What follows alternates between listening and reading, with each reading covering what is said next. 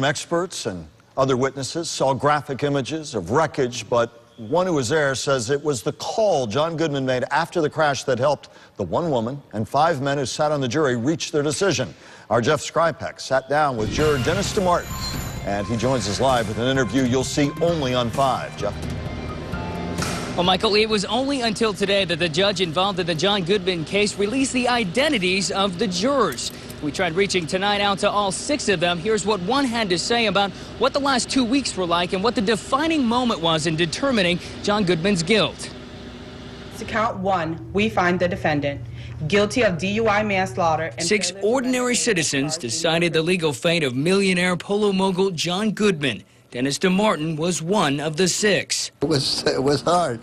So I tell you, I'd be exhausted at night, and I'd dream about it. DeMarten was juror number 6. He's a retiree doing part-time work now. He says he and the other jurors wanted to focus on the facts. Just hours before delivering their guilty verdicts, they listened for a second time to the 911 tapes from the night of the crash that claimed Scott Wilson's life. I didn't see the other car, what happened. John Goodman's actions after the crash played an important part in their deliberations. He called his employee first, then he called his girlfriend, and then the girl and the juror finally talked him into calling 911.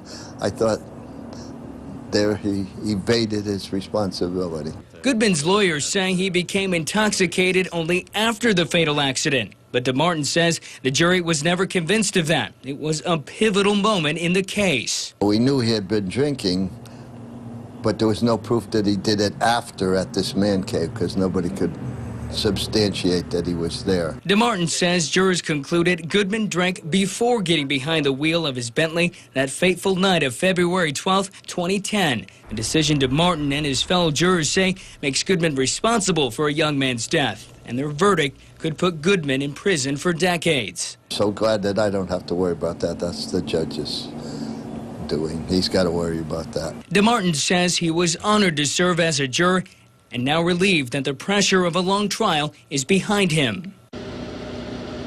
Now, the juror we spoke with, juror number 6, says he's just looking forward to getting his life back to normal. He says he's relieved that the sentencing isn't in his hands. For now, we are live in suburban West Palm Beach at the Palm Beach County Sheriff's Office. Jeff Skrypek, WPTV News Channel 5.